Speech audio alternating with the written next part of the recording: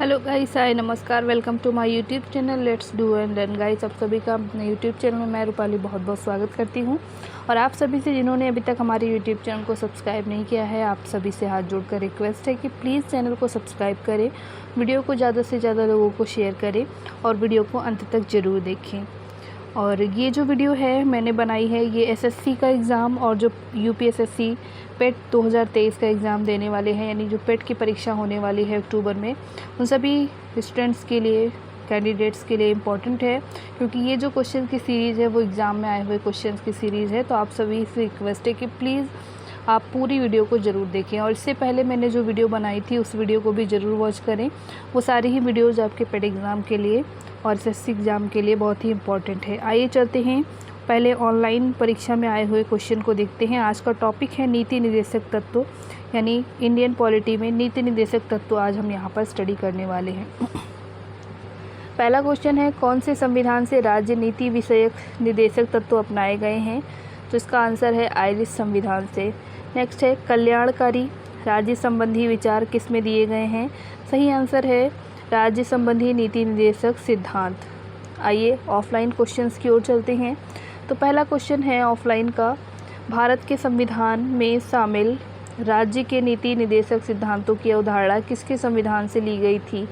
पहला ऑप्शन है ऑस्ट्रेलिया, दूसरा है यूएसए, तीसरा है कनाडा, चौथा है आयरलैंड। राइट आंसर होगा आयरलैंड, ऑप्शन नंबर डी यहाँ पर सही उत्तर होगा। आइए थोड़ा सा डिटेल समझते हैं। भारत के संविधान में शामिल अनुच्छेद 61 से लेकर 51 तक राज्य के नीति निर्देशक सिद्धांतों की अवधारणा आयरलैंड के संविधान से ली गई है। ऑस्ट्रेलिया के संविधान से समवर्ती सूची, यूएसए के संविधान से मूल अधिकार तथा कनाडा के संविधान से संघीय व्यवस्था की अवधारणा यहाँ पर ली गई है। क्वेश्चन नंबर 2 कहता है, भारतीय संविधान में राज्य नीति के निर्देशक सिद्धांत किस देश से संविधान से लिए गए हैं? ब्रिटेन से, आयरलैंड से, यूएसए से या फिर कनाडा से? सही आंसर जो होगा इस क्वेश्चन के लिए, आप ये क्वेश्चन देख सकते हैं कितने सारे बार यहाँ पर एग्ज़ाम में पूछा गया है। तो आप इसको देख सकते हैं कि ये यहाँ पर 2011, 2010, 2008, 2009 इन सभी एग्ज़ाम से पूछा गया है। और इसका राइट आंसर जो होगा वो होगा आयरलैंड, ऑप्शन नंबर बी। तो ये किस देश के संविधान से लिया गया है? आयरलैंड के संविधान से। अगला क्वेश्चन है, भारतीय संविधान में शामिल नीति निर्देशक सिद्धांत किसके संविधान से प्रेरित है? अमेरिका, ऑस्ट्रेलिया, कनाडा या आयरलैंड? राइट आंसर होगा आयरलैंड, आप सभी को मालूम है। अगले क्वेश्चन की ओर चलते हैं। अगला क्वेश्चन है, भारतीय संविधान के किस भाग में भारत को एक कल्याणकारी राज्य के रूप में स्थापित करने की बात कही गई है? संविधान की प्रस्तावना में, मौलिक अधिकार में, राज्य नीति के निर्देशक सिद्धांत या फिर भारतीय संविधान की अनुसूची 4? सही उत्तर है राज्य नीति के निर्देशक सिद्धांत, यानी संविधान का जो भाग 4 है उसमें। अगले क्वेश्चन की ओर चलते हैं। अगला क्वेश्चन है, भारतीय संविधान के निम्नलिखित में से किस भाग में सामाजिक एवं आर्थिक लोकतंत्र को सुनिश्चित किया गया है? आपात स्थिति के प्रावधान, केंद्र राज्य संबंध, राज्य नीति के निर्देशक सिद्धांत या इनमें से कोई नहीं? सही आंसर है राज्य नीति के निर्देशक सिद्धांत।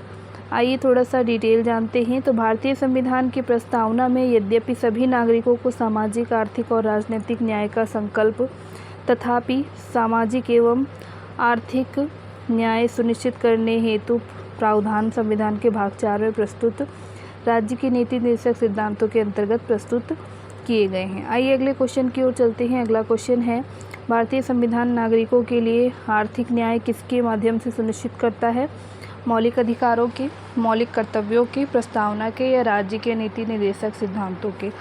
सही आंसर है ऑप्शन नंबर डी, राज्य के नीति निर्देशक सिद्धांतों के। अगले क्वेश्चन की ओर चलने से पहले थोड़ा सा डिटेल जानेंगे। तो भारतीय संविधान की प्रस्तावना में यद्यपि सभी नागरिक को सामाजिक, आर्थिक और राजनीतिक न्याय प्राप्त कराने का संकल्प है तथा सामाजिक और आर्थिक न्याय सुनिश्चित करने हेतु प्रावधान संविधान के भाग 4 में प्रस्तुत राज्य के नीति निर्देशक सिद्धांतों के अंतर्गत प्रस्तुत किए गए हैं। आइए अगले क्वेश्चन की ओर चलते हैं। अगला क्वेश्चन है, यदि सरकार द्वारा राज्य नीति के निर्देशक सिद्धांतों को लागू नहीं किया जाता है तो एक नागरिक निम्नलिखित में से किसके पास जा सकता है? उच्च न्यायालय, उच्चतम न्यायालय, राष्ट्रीय मानवाधिकार आयोग, इनमें से कोई नहीं? सही आंसर है ऑप्शन नंबर डी, इनमें से कोई नहीं। आइए थोड़ा सा डिटेल जानेंगे। भारत के संविधान के भाग 4 के तहत अनुच्छेद 36 से 51 तक वर्णित राज्य के नीति निर्देशक तत्वों के अंतर्गत वे कल्याणकारी लक्ष्य रखे गए हैं जिनका उद्देश्य नागरिकों को सामाजिक आर्थिक अधिकार और सुविधाएं उपलब्ध कराना है, परंतु ये नागरिकों को कोई ऐसा विधिक अधिकार उपलब्ध नहीं कराते जिनका उल्लंघन होने पर उपचार कराया जा सके, अर्थात संविधान के भाग 4 में वर्णित उपबंध न्यायालयों द्वारा प्रवर्तनीय नहीं होंगे। आगे चलते हैं। वस्तुतः ये संवैधानिक लक्ष्य हैं जिन्हें राज्य द्वारा पूरा किया जाना है। आइए अगले क्वेश्चन की ओर चलते हैं। अगला क्वेश्चन है यहाँ पर, भारतीय संविधान का कौन सा अनुच्छेद यह निर्धारित करता है कि राज्य की नीति के निर्देशक सिद्धांत किसी न्यायालय द्वारा लागू नहीं किए जा सकते? अनुच्छेद 31, अनुच्छेद 38, अनुच्छेद 37 या अनुच्छेद 39? सही आंसर है 37। Option number C is the right answer for the question. Now the question number 9, संविधान का कौन सा भाग राज्य के नीति के निर्देशक सिद्धांत से संबंधित है? भाग 3, भाग 4, भाग 1, भाग 2? राइट आंसर है भाग 4, ऑप्शन नंबर बी। आइए थोड़ा सा डिटेल में जानते हैं। तो भारत का संविधान का भाग जो 4 है, जिसमें अनुच्छेद 36 से लेकर 51 तक राज्य नीति के निर्देशक सिद्धांत से संबंधित है। भाग 1 में संघ और उसके राज्य क्षेत्र, भाग 2 में नागरिकता और भाग 3 में मूल अधिकारों से संबंधित यहाँ पर जानकारियाँ हैं। आगे चलते हैं। क्वेश्चन नंबर 10 ये कहता है, हमारे संविधान में निर्देशक सिद्धांत क्या मीनिंग है? कानूनी न्यायालयों द्वारा प्रवर्तनीय है, अर्ध प्रवर्तनीय है, आंशिक रूप से प्रवर्तनीय है, कानूनी अदालतों द्वारा प्रवर्तनीय है? राइट आंसर होगा ऑप्शन नंबर डी, कानूनी अदालतों द्वारा अपरिवर्तनीय है। थोड़ा सा डिटेल में जानेंगे इस चीज़ को। संविधान में उल्लिखित नीति निर्देशक सिद्धांत का उद्देश्य आर्थिक और सामाजिक लोकतंत्र की स्थापना करना है। संविधान के अनुच्छेद 36 से 51 तक में निहित इन सिद्धांतों के संबंध में राज्य का कर्तव्य होगा कि वह प्रशासन और विधि निर्माण में इनका अनुसरण करे। इसके बावजूद ये सिद्धांत न्यायालयों द्वारा प्रवर्तनीय नहीं है। अगले क्वेश्चन की ओर चलते हैं। किस निर्देशक सिद्धांत पर गांधी जी ने नैतिक दर्शन का प्रत्यक्ष प्रभाव है?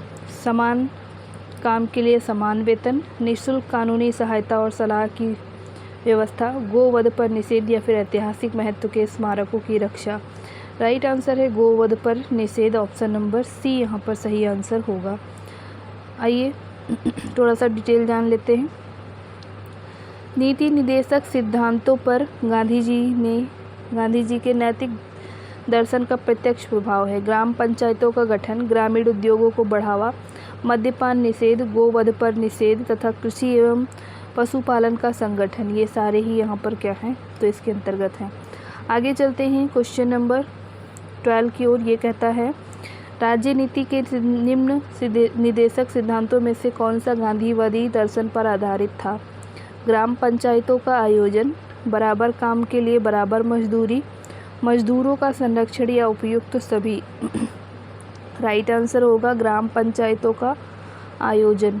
आइए अगले क्वेश्चन की ओर चलते हैं। अगला क्वेश्चन है, ग्राम राज्य के माध्यम से राम राज्य के बारे में किसने कहा? महात्मा गांधी, विनोबा भावे, जयप्रकाश नारायण, जवाहरलाल नेहरू? राइट आंसर होगा महात्मा गांधी और ऑप्शन नंबर 1।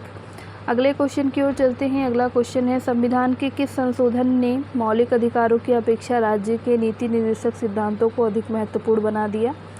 42वें संविधान संशोधन, 44वें, 52वें या 56वें? राइट आंसर है 42वें, यानी 42 अमेंडमेंट जो हुआ था वो 42वां संविधान संशोधन। अगले क्वेश्चन की ओर चलते हुए अगला क्वेश्चन कहता है, संविधान के किस संशोधन से राज्य नीति के निर्देशक सिद्धांत के मौलिक अधिकारों पर प्रमुखता की स्थिति मिली? 24वां, 30वां, 42वां, 44वां? राइट आंसर होगा, आपने देखा भी, 42वां संविधान संशोधन। अगला क्वेश्चन है क्वेश्चन नंबर 16। ये कहता है, भारत के राष्ट्रपति को स्वेच्छा निर्णय अधिकार के अंतर्गत क्या प्राप्त है? वित्तीय आपातकाल घोषित करना, किसी राज्य में राष्ट्रपति शासन लागू करना, प्रधानमंत्री की नियुक्ति या फिर मुख्य चुनाव आयुक्त की नियुक्ति? सही उत्तर है प्रधानमंत्री की नियुक्ति, ऑप्शन नंबर सी यहाँ पर सही उत्तर होगा। आइए अगले क्वेश्चन की ओर चलते हैं। अगला क्वेश्चन है, सरकार की राष्ट्रपति प्रणाली के अधीन कार्यकारिणी के सदस्य कौन हैं? विधानमंडल के दोनों सदनों के से लिए जाते हैं, केवल लोकसभा के होते हैं, विधानमंडल के किसी भी सदन के सदस्य नहीं होते, नियुक्ति के बाद विधानमंडल के सदस्य बनते हैं। सही उत्तर है ऑप्शन नंबर सी, विधानमंडल के किसी भी सदन के सदस्य नहीं होते हैं। अगले क्वेश्चन की ओर चलने से पहले थोड़ा सा डिटेल जान लेंगे। सरकार की राष्ट्रपति प्रणाली के तहत कार्यकारिणी के सदस्य विधानमंडल के किसी भी सदन के सदस्य नहीं होते हैं, और यदि राष्ट्रपति अपनी कार्यकारिणी के लिए विधानमंडल के किसी सदस्य का चयन करता है तो उसे अपनी विधानमंडल की सदस्यता से इस्तीफा देना पड़ता है। राष्ट्रपति प्रणाली में कार्यकारिणी के सदस्य राष्ट्रपति के प्रति उत्तरदायी होते हैं। आइए अगले क्वेश्चन की ओर चलते हैं। भारत के संविधान का कौन सा अनुच्छेद भारत को कल्याणकारी राज्य घोषित करने से संबंधित है? 99, 39, 59 या 69? राइट आंसर है 39, ऑप्शन नंबर बी। अगले क्वेश्चन की ओर चलते हैं। अगला क्वेश्चन है यहाँ पर क्वेश्चन नंबर 19। ये कहता है संविधान सभा में यह किसने कहा कि सरकारी नीति के निर्देशक सिद्धांत किसी बैंक में देय चेक की तरह है जिसका भुगतान बैंक अपनी सुविधानुसार करता है? K T. Shah, K M. Munshi, B R. Ambedkar, Austin? सही उत्तर होगा इस क्वेश्चन के लिए के.टी. Shah, option number 1। इसका डिटेल ये है कि यह उद्धरण यानी स्टेटमेंट प्रोफेसर के.टी. शाह ने नीति निर्देशक सिद्धांतों के संदर्भ में कहा था। तो ये था आज का हमारा वीडियो जो हमने बात किया नीति निर्देशक सिद्धांतों के बारे में। उम्मीद करती हूँ वीडियो पसंद आई होगी। ऐसी ही जानकारी भरी वीडियोज़ के लिए हमारे चैनल को आप लोग सब्सक्राइब करें। आप सभी से हाथ जोड़कर रिक्वेस्ट है, और वीडियो को ज़्यादा से ज़्यादा लोगों को शेयर करें। Thank you for watching. नमस्कार, जय हिंद।